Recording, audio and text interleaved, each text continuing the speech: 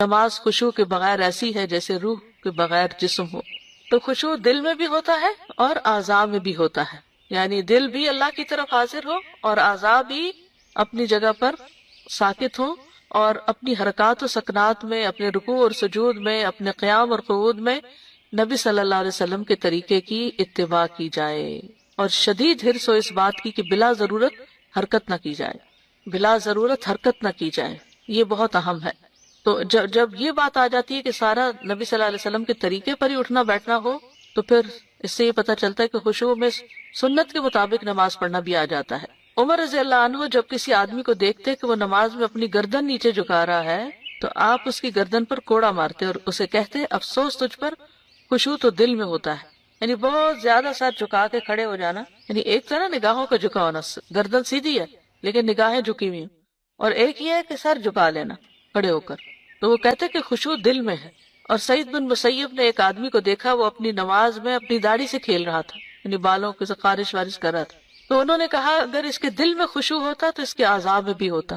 پھر اس کے ہاتھ بھی ایک جگہ ساکت ہوتے۔ خشوع کی ہمارے دین میں بہت اہمیت ہے۔ قرآن مجید میں خاشعین کی تعریف کی گئی ہے۔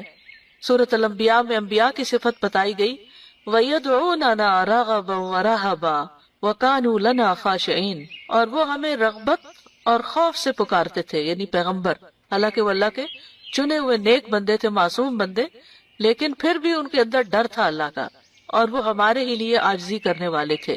سورۃ بنی اسرائیل میں آتا ہے وَيَخِرُّونَ لِلْأَذْقَانِ يَبْكُونَ وَيَزِيدُهُمْ خُشُوعًا، وہ ٹھوڑیوں کے بل گر جاتے ہیں، روتے ہیں، اور وہ قرآن انہیں عاجزی میں زیادہ کر دیتا ہے۔ خشوع کرنے والوں پہ نماز بھاری نہیں ہوتی کیونکہ ان کا دل نماز میں لگا ہوا ہوتا ہے۔ وَاسْتَعِينُوا بِالصَّبْرِ وَالصَّلَاةِ وَإِنَّهَا لَكَبِيرَةٌ إِلَّا عَلَى الْخَاشِعِينَ، اور صبر اور نماز کے ساتھ مدد طلب کرو، اور بلا شبہ وہ یقیناً بہت بڑی ہے، بہت بھاری ہے، مگر خشوع کرنے والوں پر نہیں۔ خشوع ایمان لانے کی علامت ہے۔ أَلَمْ يَأْنِ لِلَّذِينَ آمَنُوا أَن تَخْشَعَ قُلُوبُهُمْ لِذِكْرِ اللَّهِ وَمَا نَزَلَ مِنَ الْحَقِّ، کیا ان لوگوں کے لیے جو ایمان لائے وہ وقت نہیں آیا کہ ان کے دل اللہ کی یاد کے لیے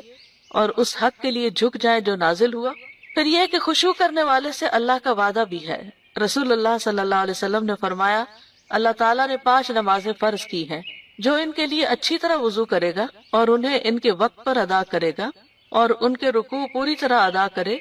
اور ان میں خشوع کا خیال رکھے، تو اس کے لیے اللہ کا وعدہ ہے کہ وہ کہ اللہ تعالیٰ اس کی مغفرت فرمائے گا، اور جو ایسا نہیں کرے گا اس کے لیے اللہ کا کوئی وعدہ نہیں ہے، اگر چاہے تو اسے بخش دے